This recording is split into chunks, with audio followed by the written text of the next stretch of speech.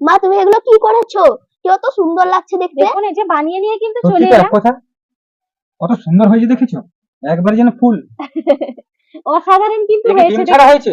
ডিম তুমি খেয়ে দেখো হ্যাঁ? না, না তুমি বলছিলে না ডিম ছাড়া, তাহলে খেয়ে দেখি। একটু খেয়ে দেখো না হুম, কেমন লাগছে। অসাধারণ।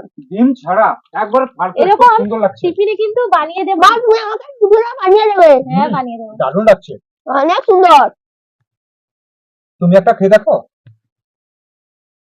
অসাধারণ এক কথায় বলতে গেলে। হুম হুম দারুণ হয়েছে যা কিন্তু বন্ধুরা। ফাটাফাটি।